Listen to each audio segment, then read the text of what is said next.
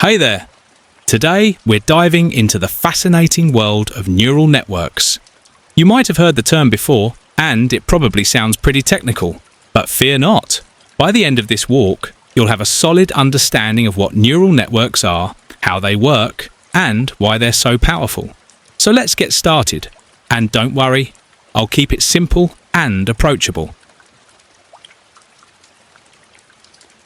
Part 1. Overview of neural networks. To start off, what exactly is a neural network?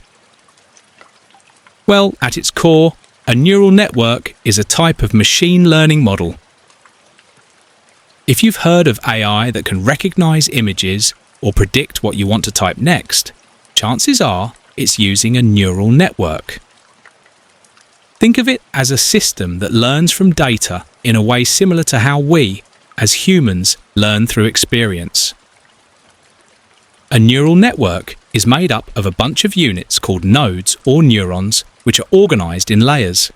The idea is to train the network to understand patterns in data, like recognizing that an image contains a cat, or predicting which product you might want to buy next.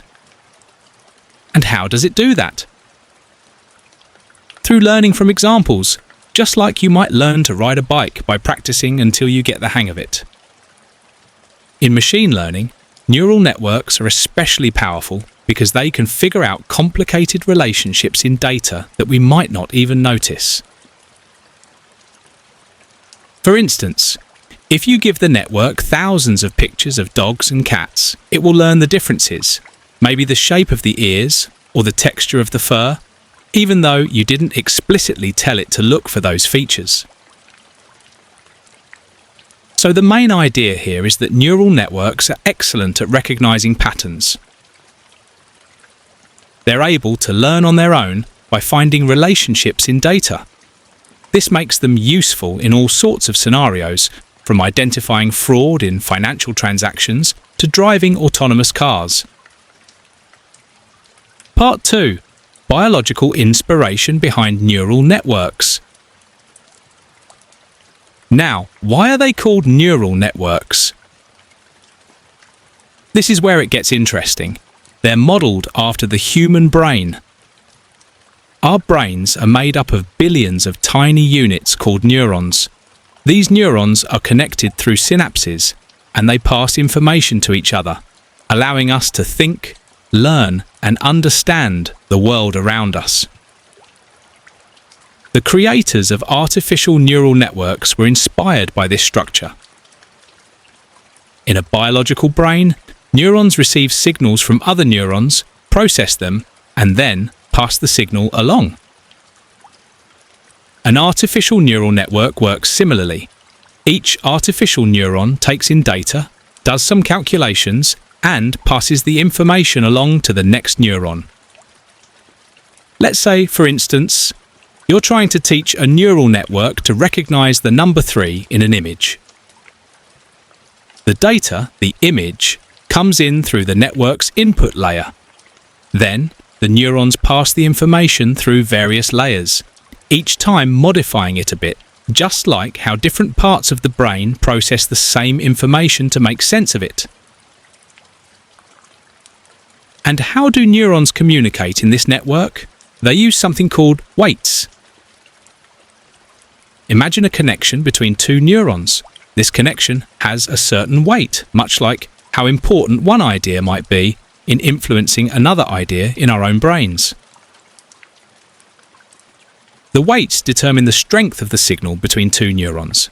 If something is important, the connection has a high weight and it affects the outcome more. The network then learns by adjusting these weights based on the data it sees, much like our brains strengthen some connections and weaken others depending on what we learn.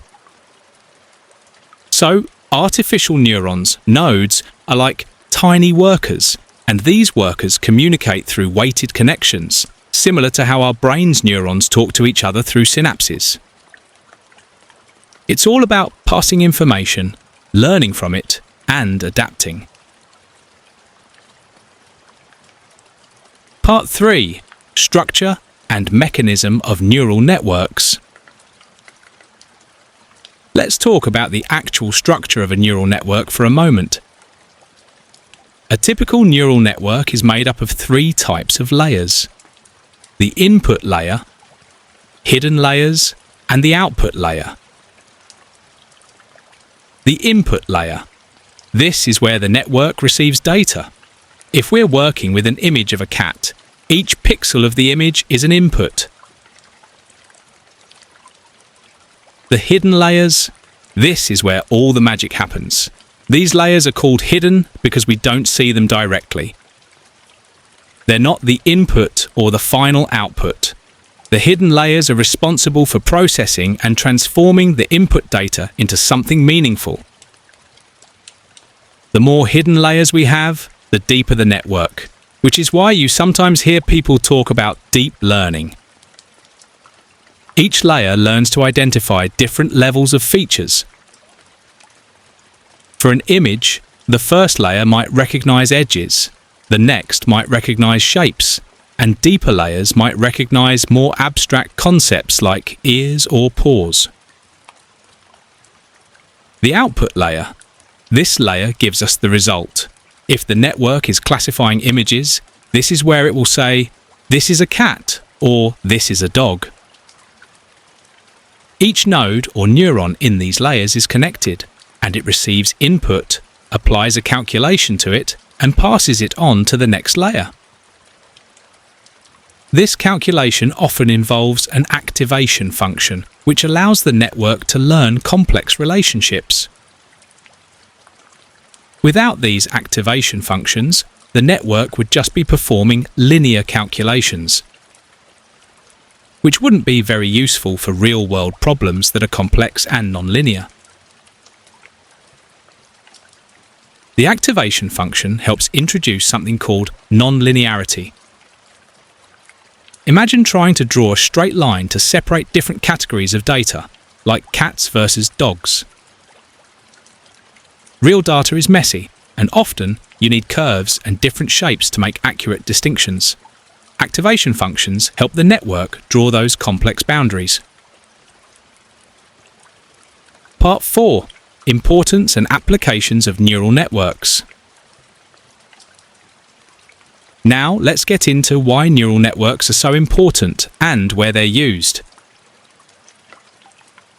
One of the key reasons neural networks are powerful is because of their ability to learn complex relationships without explicit programming.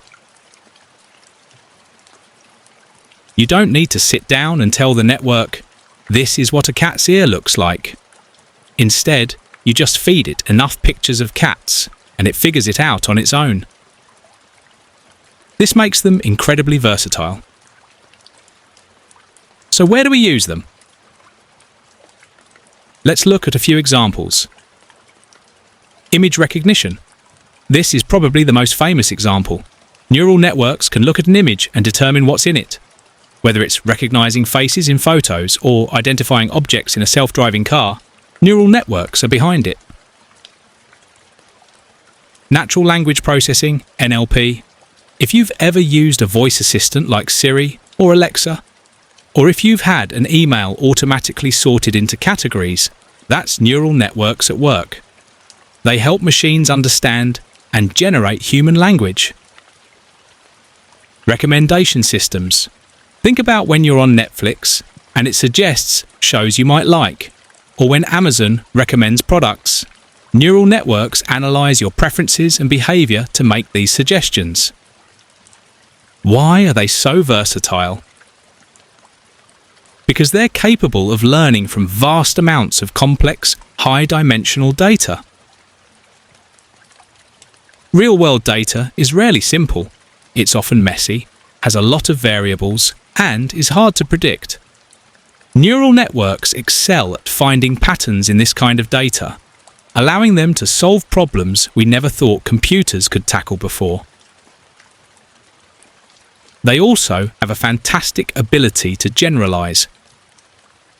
Once a neural network has learned what a cat looks like, it doesn't matter if it's a different cat in a different pose. It can still recognize it. This generalization ability is one of the reasons they're so widely used. So, to wrap up for today, we've covered a lot. Neural networks are powerful models inspired by the human brain, capable of learning complex patterns from data. They have an interesting structure with input, hidden and output layers, and use weights and activation functions to communicate and learn. Most importantly, they're behind a lot of the AI we interact with every day, from recognizing faces to recommending products. Coming up next, we'll be diving deeper into the architecture of neural networks. We'll explore how these networks are built layer by layer, starting from the input layer, moving through the hidden layers, and finally reaching the output. We'll also talk about the neurons, the connections between them, and how activation functions help bring everything to life. Stay tuned to see how these building blocks come together to make neural networks learn and perform magic.